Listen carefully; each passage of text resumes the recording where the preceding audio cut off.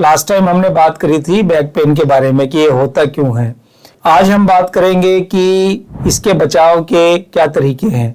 पर बचाव के तरीके से पहले बहुत ब्रीफली हमें समझना पड़ेगा कि हमारी स्पाइन की स्ट्रक्चर क्या है और उसको हम कैसे बचाया जा सकता है।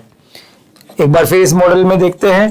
जैसे पिछली बार हमने बात की थी, इतने सारे जॉइंट्स हैं, सामने डिस्क है, मल्टीपल डिस्क हैं, आगे और पीछे सारे मसल्स हैं।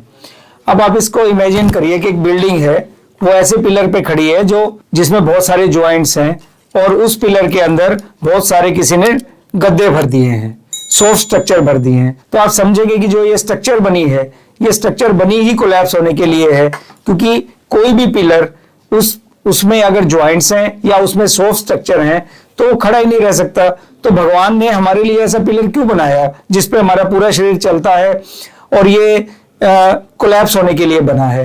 वो इसलिए इंपॉर्टेंट है। अगर ये स्पाइन आप इमेजिन करो एक सॉलिड स्ट्रक्चर होती तो हम सीधे खड़े रहते। हमारी फ्लेक्सिबिलिटी है, जो साइड वाइज मुड़ना है, या आगे फ्लेक्शन है, पीछे एक्सटेंशन है, साइड वाइज ट्विस्टिंग है, ये सब मूवमेंट नहीं हो पाती। तो नेचर ने स्मार्टली इसको ज्वाइंट दिए ताकि फ्लेक्सिबल रहे, और साथ में मसल दिए। मसल का काम होता है इस फ्लेक्सिबल ज्वाइंट को सपोर्ट करना, या आप समझ सकते हैं कि नेचर ने फ्लेक्सिबल पिलर दिए हैं ताकि जो सेंट्रल वर्टिब्रल कॉलम है उसको सपोर्ट करा जा सके। तो इसकी स्टेबिलिटी के लिए हमारे इन मसल की स्ट्रेंथनिंग बहुत जरूरी है, क्योंकि जो ये डिस्क है, अगर इस पे बहुत ज्यादा प्रेशर पड़ेगा, हमारे शरीर का सारा वेट इस डिस्क से जा रहा है, अगर इन पे बहुत ज्यादा प्रेशर पड़ेगा तो ये बल्ज करेंगी, और बल्ज करेंगी तो पीछे की तरफ ये नसों को दबाएंगी यहाँ पे।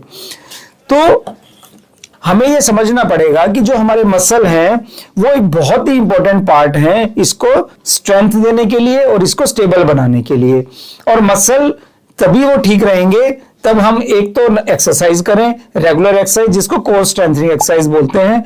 कोर स्ट्रेंथनिंग एक्सरसाइज का मतलब है नेक से लेके और नी ज्वाइंट तक हमारे को थाई की, बैक की, हिप की, लोअर बैक की, अपर बैक की और एब्डोमेन की सारी एक्सरसाइज करनी है। इसको कोर स्ट्रेंथनिंग एक्सरसाइज कहते हैं।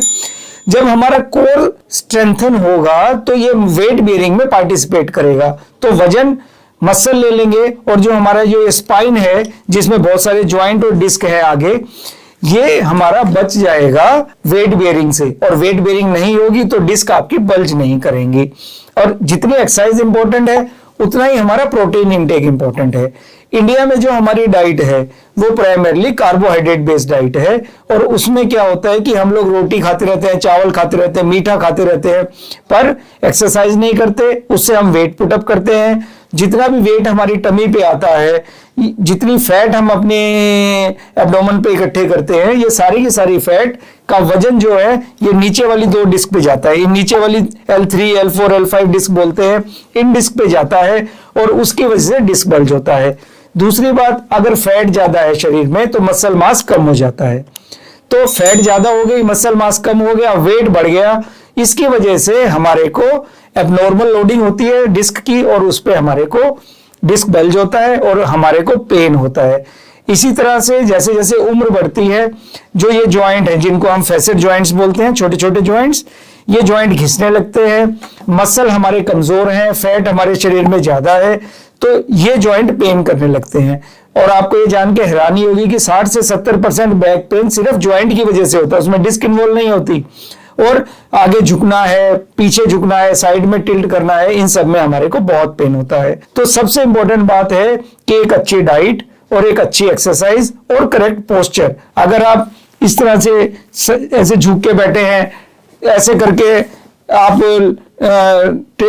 कुर्सी पे लेटे हुए हैं, मैं इसको लेटना कहता हूं, पीछे सीधा फ्लैट बैठेंगे, आपकी बैक कुर्सी के साथ लगी होगी, तो वेट जो है हमारे स्पाइन के अलोंग अच्छा ट्रांसमिट होगा। तो हमारा पोस्चर है, हमारी एक्सरसाइज है और हमारी अच्छी डाइट है, ये तीन चीजें मिलके हमारी स्पाइन की हेल्थ को बना के रखती हैं और हमें इन सब डिजीज से बचाती है। Thank you.